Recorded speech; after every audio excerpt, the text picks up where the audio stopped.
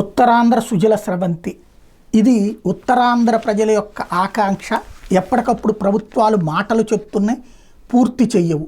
Irrigation ప్రాజెక్టులన్నీ నువ్వు నిర్లక్ష్యం చేసావంటే నువ్వు నిర్లక్ష్యం చేసావన్నదే తప్పించి ఎవరూ పూర్తి చేయరు.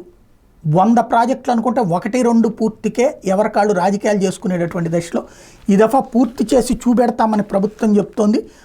ఉత్తరాంధ్ర సుజల స్రవంతి ప్రాజెక్టుకి సంబంధించి 8 లక్షల ఎకరాలకు సాగునీరు, 30 లక్షల మంది ప్రజలకి తాగునీరు అందించే ప్రాజెక్టు 2009లో అప్పట్లో రాజశేఖర రెడ్డి ప్రారంభించారు. 7,200 కోట్లకి పరిపాలన అనుమతులు ఇచ్చిన పనులు జరగలేదు.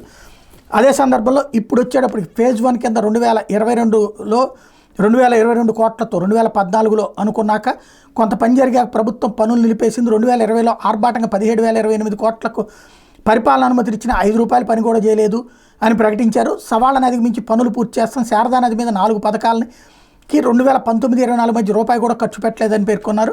ఉత్తరాంధ్ర సుజల స్రవంతికి ప్రభుత్వ నిధులు కేటాయించి పూర్తి చేయాలని కొనతాల రామకృష్ణ అడిగినటువంటి వేళ చేస్తామని ప్రకటించారు. ఈ లేటు వల్ల జరిగింది ఏంటి, 2009లో 7,200 కోట్లు అయితే 2020 నాటికి 17,028 కోట్లు అవసరమైంది. ఇప్పుడు ఇది లేట్ అయ్యే కొద్దీ అది 30,000 కోట్లు అవుతుందో 40,000 కోట్లు అవుతుందో తెలియదు. 8 లక్షల ఎకరాలకు సాగునీరుకి సంబంధించినటువంటి అత్యంత కీలకమైంది. మాటలు అవతల వాళ్ళని విమర్శలకి పరిమితం అవుతున్నది తప్పించి పూర్తి కావట్లేదు. ఇప్పుడన్నా పూర్తి చేస్తారని చూద్దాం.